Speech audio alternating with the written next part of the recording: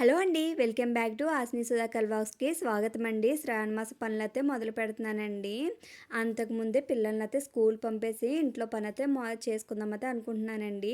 ఇలాగైతే పిల్లలకి లంచ్ బాక్స్‌కైతే నేను అన్నీ రెడీ చేసుకుంటున్నాను. లంచ్ బాక్స్‌కొచ్చేసి ఇలాగ క్యారెట్టు అలాగే క్యాప్సికమ్ ఉన్నాయండి. ఆటిలతోటి రైస్ అయితే పెడదామనుకున్నా, కర్రీ వండుదామనుకున్నానండి. పిల్లలైతే అస్సలు తినట్లేదు కర్రీ అది ఫ్రైలో పెట్టినా కూడా. అందుకు ఇలాగ ఫ్రైడ్ రైస్ కింద తాలింపు పెడుతున్నానండి. ఇలా ముందు క్యారెట్, బీన్స్ ఉంటాయి కదండీ! అలాగే క్యాప్సికమ్ ఉంటది కదా! అవన్నీ కూడా ఫ్రై చేసేసుకుంటున్నాను. ఇలా ఫ్రై చేసేసుకున్న తర్వాత అందులోకి కొంచెం రైస్ వేసేసాను. రైస్‌తో పాటుగా నేను కొంచెం కొత్తిమీర కూడా వేసుకున్నానండి. ఇలా కొత్తిమీర వేసుకున్న తర్వాత దాంట్లో కొంచెం ఉప్పు, కారము అన్నీ వేసేసుకుంటున్నాను. కొంచెం గరం మసాలా వేసుకుంటున్నానండి. వేసేసుకొని ఒకసారి కలిపేసుకోవాలి. ఇలాగ మొత్తం అన్నీ వేసిన ఐటమ్స్ అన్నీ కూడా మసాలా అంతా కూడా రైస్ పట్టే విధంగా కలుపుకోవాలండి. ఇలా కలుపుకున్న తర్వాత దాంట్లోకి ఒక అరచెక్క నిమ్మరసం అయితే వేసుకుంటున్నాను. వేసుకుని అది కూడా ఒకసారి కలుపుకుంటే సరిపోతుందండి. స్టవ్ అయితే ఆఫ్ చేసేసుకుని నేను నిమ్మరసం అయితే వేసుకున్నాను. ఇలాగ మనం రైస్ అయితే చేసేసుకున్నాం కదా! చల్లారిన తర్వాత అయితే ఇలాగ బాక్స్ అయితే సర్దేసుకున్నాను.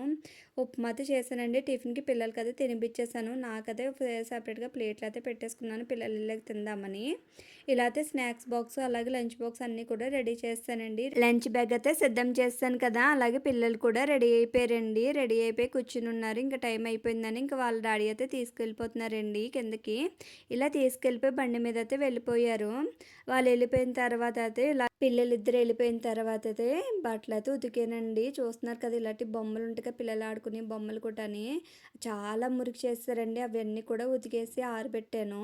చూస్తున్నారు కదా ఎంత తెల్లగా వచ్చినాయో. ఆ పక్కన దుప్పట్లు అన్నీ కూడా బెడ్‌షీట్లు కాంచి దుప్పట్లు కాంచి అన్నీ ఉతికానండి. శ్రావణ మాసం వస్తుంది కదండీ! ఇంక ఈ పనులన్నీ ఇంకా మామూలే మనకి.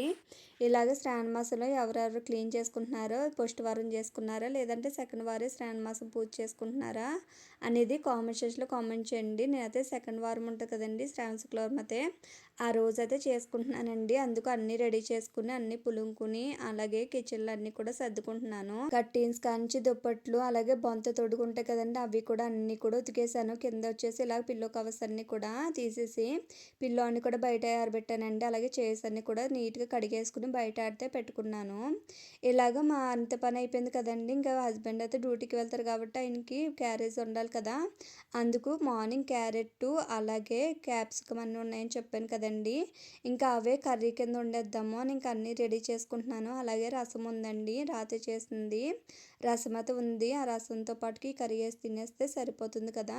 మనకి పని కలిసి వస్తుంది కదండీ! ఇలాంటి పనులు ఉన్నప్పుడు పదే 10 రకాలు చేయాలంటే అవ్వదు కదండీ! అందుకే క్యారెట్, బీన్స్, క్యాప్సికమ్ అన్నీ కూడా ఒకసారి స్టీమ్ చేసేసుకుంటున్నానండి. స్టీమ్ చేసానుకోండి పని అంటే తగ్గుతుంది కదా! అందుకు స్టీమ్ చేసేసుకుంటున్నాను పక్కన. ఓ పక్కన వచ్చేసి రైస్ అయితే కడిగి పెట్టేసుకున్నానండి. ఇంకా అది ఇంకా స్టీమ్ అయినప్పటికి ఉల్లిపాయలన్నీ కట్ చేసేసుకుంటే పని అయిపోతుంది కదా! ఓ పక్కన అన్నం కూడా ఉడికిపోయిందండి. ఇలా అయితే వాష్ చేసుకుంటున్నాను. ఇలా అన్నం వాష్ చేసిన తర్వాత క్యారెట్, క్యాప్సికమ్ మనం స్టీమ్ చేసుకున్నాం కదండీ! అది కూడా అయిపోయిందండి. అది తీసేసుకుని పక్క స్టవ్ మీద అయితే పెట్టేసుకుంటున్నాను. పక్క స్టవ్ మీద పెట్టేసుకున్న తర్వాత అయితే ఇప్పుడు బాండీ అయితే పెట్టుకుందామండి. కర్రీ కావాల్సింది. బాండీ పెట్టుకున్నాం కదా! పక్కన నేను ఇలాగ స్టీమ్ అయితే చేసుకున్నాను. దాంతో పాటుగా మెంతాకు ఉందండి. ఆ మెంతాకు వేసి కర్రీ అయితే చేద్దాం అనుకుంటున్నానండి. టేస్ట్ బాగుంటుంది. హెల్తీ కదండీ! మన వెజిటేబుల్ అలాగే ఆకుకూర వేసి చేసుకుంటే చాలా హెల్తీ కదా! అందుకు కొంచెం ఆకుకూర వేసి అయితే ఇలాగ కర్రీ అయితే చేస్తున్నానండి. రెసిపీ అయితే మొత్తం ఏం షూట్ చేయలేదండి. నేను ఏం తీసుకున్నాను అనేది కూడా మీకు చూపిస్తున్నాను అంతే. ఇలా అయితే కర్రీ అంతా వండుకున్నానండి. కొంచెం గ్రేవీగా ఉంటుంది. అలాగే ఫ్రైలా ఉంటుంది. మనం రైస్లో కలుపుకున్నా తినొచ్చు. లేదంటే చారుతో పట్టుకున్నా తినొచ్చండి. టేస్ట్ అయితే చాలా బాగా వచ్చింది. ఇలా అయితే కర్రీ రెడీ చేసుకున్నాం కదా! రైస్ కూడా చల్లారిందండి. ఇప్పుడు బాక్స్లోకి అయితే పెట్టేసుకుంటున్నాను. ఇలాగ కర్రీ ఓ పక్కన రైస్ ఓ పక్కన పెట్టిన రసం ఉంది కదండీ! రసం కూడా డబ్బాలో అయితే వేసేసుకుంటున్నాను. ఇలా అయితే మా హస్బెండ్ బాక్స్ అయితే రెడీ చేస్తానండి. ఇలా రెడీ చేసేసుకున్నాను కదా! రెడీ చేసేసుకున్న తర్వాత అయితే బ్యాగ్‌లోకి అయితే పెట్టేసానండి. పెట్టేసిన తర్వాత మా హస్బెండ్ కూడా డ్యూటీకి అయితే వెళ్ళిపోయారండి. డ్యూటీకి వెళ్ళిపోయిన తర్వాత అసలైన టాస్క్ అయితే మొదలైందండి. ఇప్పుడైతే కిచెన్‌లో అన్నీ సర్దుతానని చెప్పాను కదా! ఇప్పుడంతా కూడా సర్దాలి. ఆ సర్దాలి అంటే పాటలు ఉండాలండి. ఆ పాటలు లేకపోతే అస్సలు పని అవ్వదు నాకు. చెయ్యాలని కూడా ఇంట్రెస్ట్ రాదు. ఇలాగే ఎవరున్నారో కామెంట్ సెక్షన్‌లో కామెంట్ చేయండి. పని ఎప్పుడైనా ఉంటే గనక పాటలు పెట్టుకునే అలవాటు ఎవరికి ఉన్నదనేది కామెంట్ సెక్షన్‌లో కామెంట్ చేయడం మాత్రం మర్చిపోకండి. ఇలా పాటలు పెట్టుకున్నాను కదండీ! పాటలు పెట్టుకున్న తర్వాత పని అయితే స్టార్ట్ చేసేద్దాము.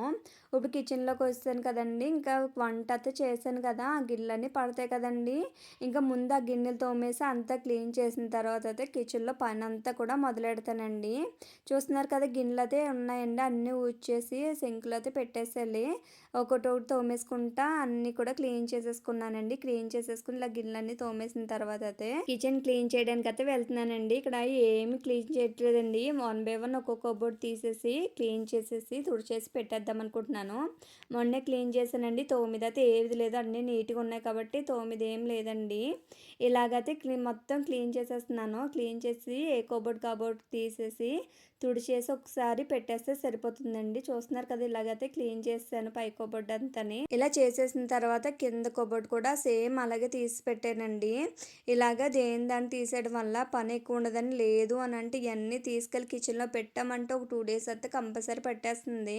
ఇంకా అంత బాధ పడలేక మొన్నే క్లీన్ చేశానని ఇంక ఏ కబోర్డ్‌కి ఆ కబోర్డే క్లీన్ చేసేసి తుడిచేసి అయితే పెట్టేస్తున్నానండి. ముందు పొడిగుడ్డతో తుడిచేసి తర్వాత తడిగుడ్డ క్లాత్ అట్టుకుని తుడిచేస్తున్నాను. తుడిచేసిన తర్వాత నీట్‌గా అయితే ఏ కబోర్డ్‌కి ఆ కబోర్డ్‌కి అయితే పెట్టేస్తున్నానండి. నీట్‌గా కబోర్డ్ అయితే తుడిచేసుకున్నాను కదా! తుడిచేసిన తర్వాత ఇలా పేపర్ వేసేసుకుని డబ్బాలు ఉంటాయి కదండీ! ఆ డబ్బాలు ఒకసారి క్లీన్ చేసేసుకొని పెట్టేసుకుంటే సరిపోతుంది. సమ్మర్ హాలిడేస్‌కి ఊరెళ్ళాను కదండీ! 1 మంత్, 2 మంత్స్ దాకా రాలేదు కదా! అందుకు ఇంకా బూజు కట్టేసిందని వచ్చిన వెంటనే మొత్తం క్లీన్ చేసుకున్నానండి. డబ్బాలు తోమేసి పెట్టుకున్నాను. అందుకే ఇంకా డబ్బాలైతే ఏది క్లీన్ చేయట్లేదు. చూస్తున్నా కదా! ఇలా డబ్బాలన్నీ కూడా నీట్‌గా అయితే సర్దేసుకున్నానండి. ఇలా నీట్‌గా అయిపోయిందండి. ప్రశాంతంగా ఉంటది కదండీ! పనంతా అయిపోయిన తర్వాత ఒకసారి మీరు చూసండి. మొత్తం నీట్‌గా తుడిచేసుకుని దేని దానికి క్లీన్‌గా అయితే పెట్టేసుకున్నాను. ఇంకా మార్పులు, చేర్పులు ఏది చేయలేదండి. ఉన్న చోట్ల ఉన్నాయే పెట్టేసాను ఇంకా. ఇంకేం డిఫరెంట్‌గా ఇంక పేపర్లు కూడా ఏం మార్చలేదు కాబట్టి ఇంక నేను ఏది చేంజ్ చేయలేదు. ఇంకా నెక్స్ట్ తర్వాత వచ్చేసి మొత్తం ఒకసారి చేంజ్ చేద్దాం అనుకుంటున్నానండి. పేపర్లు కాంచి అన్నీ కూడా షీట్లు బుక్ చేసుకుని అయితే వెయ్యాలండి. లేకపోతే క్లీన్ చేశాను కదా కిచెన్ అంతా కూడాని. కిచెన్ అయిపోయిన తర్వాత హాల్‌లో అయితే ఇక్కడ మనం హోమ్ థియేటర్ అయి పెట్టుకుంటాం కదండీ! అక్కడైతే డస్ట్ అయితే పెట్టేసింది. ఆడ ఫోటో ఫ్రేమ్స్ అన్నీ పెడతాం కదండీ! అలాగే డస్ట్ అంతా పట్టేసిన హోమ్ థియేటర్ మీద కూడా అదంతా క్లీన్ చేసేసి మార్నింగ్ అయితే చిన్న పప్పీ బొమ్మ ఇయన్నీ కూడా వాష్ చేసుకున్నా కదా! ఆ వాష్ చేసుకున్నన్నీ కూడా అక్కడే పెట్టుకుంటానండి. అందుకు డస్ట్ అయితే పట్టేసిందని అవంతా వాష్ చేసేసాను.